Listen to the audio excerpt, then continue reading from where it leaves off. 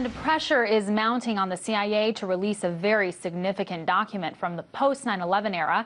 It's a secret Senate report that reveals in great detail how the intelligence agency employed torture tactics in its handling of detainees. The 6,000-page interrogation report is the product of 3 years' work and $40 million in costs. Now, ever since it was completed a year ago, there's been strong disagreement between intelligence officials and lawmakers over how much information the public should be allowed to read. Some officials at the CIA claim the document is deeply flawed and inaccurate, while members of the Senate Intelligence Committee say it's the best account of how the CIA carried out its role in the years following 9/11. Here's how some vocal lawmakers addressed the issue at a hearing earlier this week. The coercive techniques used by the CIA during that time frame were, quote, not consistent with our values. As much as anyone, I want to see the committee's study of the CIA's enhanced interrogation program finished and released. But that cannot happen while the CIA slow walks the documents that we've requested. We don't have many options available to us to force the agency's cooperation, but I will not rule out any in order to get the agency to finally cooperate with our requests.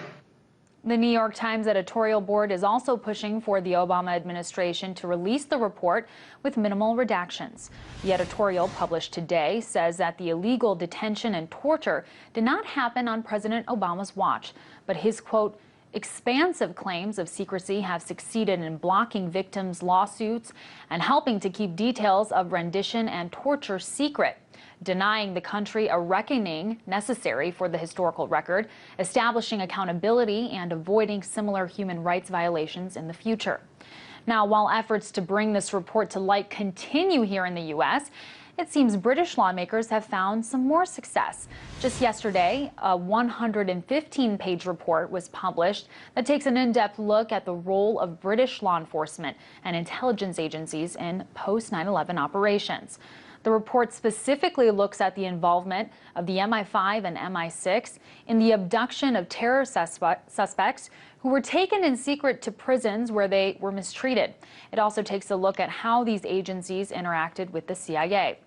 Earlier, I was joined by RT correspondent Sarah Firth from London to talk more about these revelations. I first asked her how hard it was to get the Gibson report off the ground. Well, it's been no easy process. This inquiry was launched 2 years ago.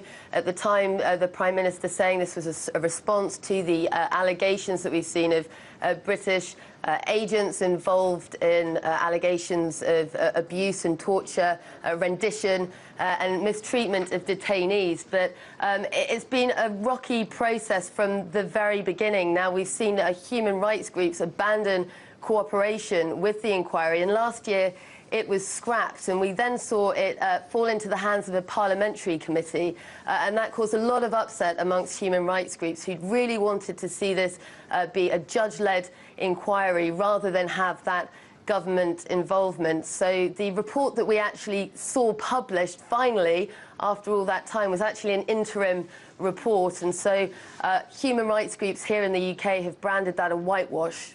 Wow. And this report outlines how officers of the MI5 and MI6 had turned a blind eye for years to outright abuse of detainees. Can you talk about the kinds of torture activities these agencies were ignoring? Well, it was a huge amount of documents that were gone through for this inquiry, and it's not easy reading. We saw evidence that British spies had been aware of the abuse of detainees. It makes mention to examples of physical assault, sleep deprivation, and the use of hoods. Now, it wasn't saying that this was British agents who were carrying out this mistreatment, but what it did point to was that they had been directed, it seems, not to intervene. And one part of the report, it says that officers were advised that faced with apparent breaches of Geneva Convention standards, that there was no obligation to intervene. So that's certainly causing a lot of concern there, that it seems the direction coming from the UK was that when these alleged abuses were taking place, to essentially step back and keep quiet. Sure. And what's your sense as to why the UK had decided to, by and large, stay out of the U.S.'s way, essentially giving them free rein to detain anyone for as long as they wanted? Well, it was a common theme that ran all through the report, that these cases that were looked at hadn't been dealt with appropriately, the issues hadn't been raised appropriately. And it seems that the British intelligence officers who'd raised concerns about the mistreatment of detainees by the United States were told not to intervene, it seems, for fear of offending the US. I think that's definitely hinted at in the report, that there was a sense that these issues shouldn't be raised because it could have a potential knock-on effect to the so-called special relationship between the UK and the US. And as I understand it, Sir Peter Gibson's investigation listed 27 areas he believes needs further inquiry. Can you talk about what questions were left unanswered by this report?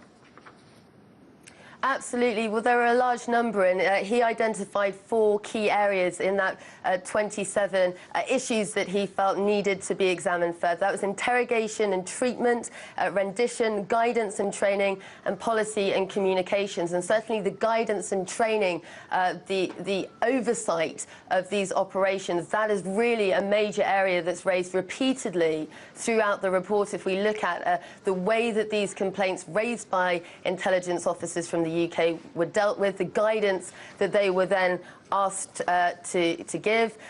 We saw one cabinet minister saying that that was clearly one of the issues that needed to be handled, and that it seems clear from the report that at the time intelligence officers weren't perhaps given the appropriate guidance that they should have had. They were in at the deep end, essentially.